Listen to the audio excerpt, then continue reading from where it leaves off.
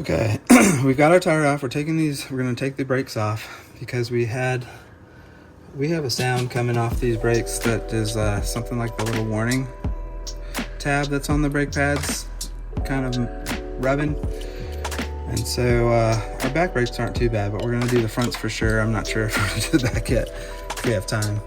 But all you have to do is just take off these two bolts to get the caliper off. I've already kind of loosened them, but you might need a little bit of a hammer to kind of knock them, to break them loose a little bit. But once you get them broken, it comes off pretty easily.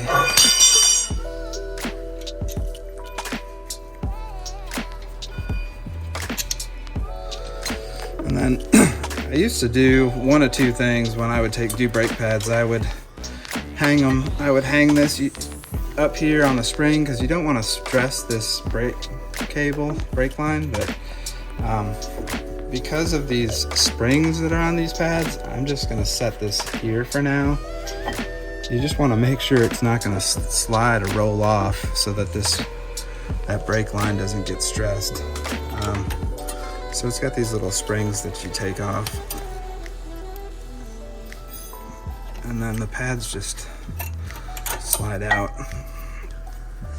Notice that the little warning thing is right here, and it was on the inside, so we'll put that back the same. And then they have these little plates here, metal things. The brakes that we bought came with a replacement. These are in decent condition, but we'll just replace them since the new ones came with it.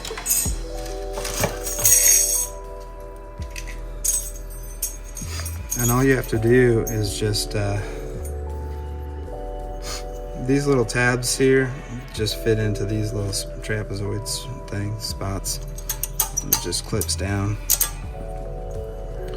and you just put one on the top, one on the bottom.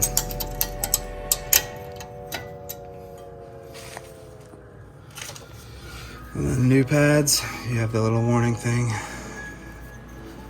And I had better success sliding it into the top one first.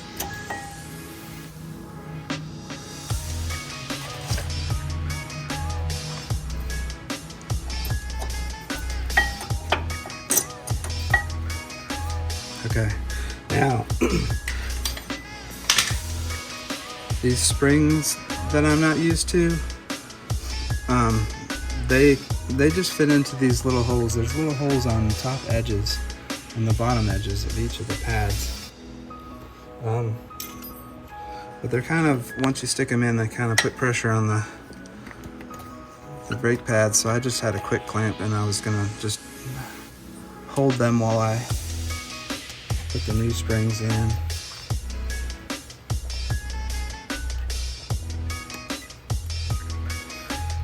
The next thing though, you have to push these down, and it's too hard for me to do by hand, so I've gotten a C-clamp, and you can either take one of the old pads. It's probably smarter, but take one of the old pads like this, and then I'll get the clamp on it, and you just clamp it down to push those down. Okay, I got the clamp wide enough so I can get it on, and then you're just gonna clamp it down to push those down back in.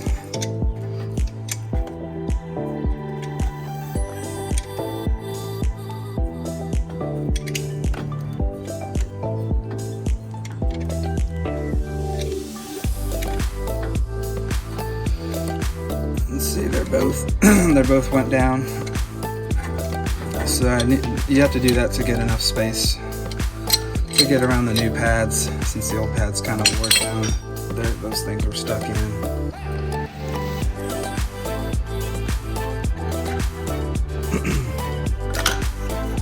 Once you get them in, then you can figure out which hand you want to use, and I think I will get this hand and then Or first, set this here. Take off the clamp.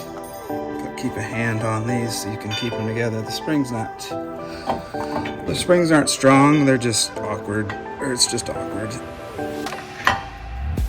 But once you get the caliper back on, then it holds them. So you might have to push these are on springs. You might have to push those in a little bit.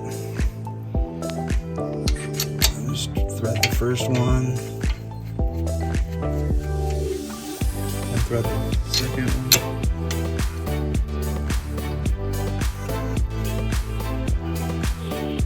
Now,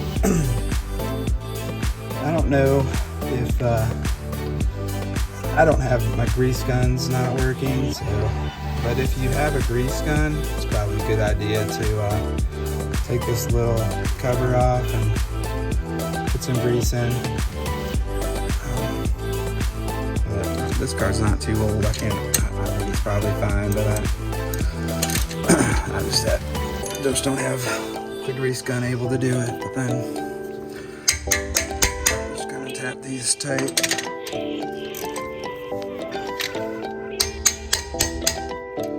And that's it. I'm gonna just put the wheel back on, and the fronts are done.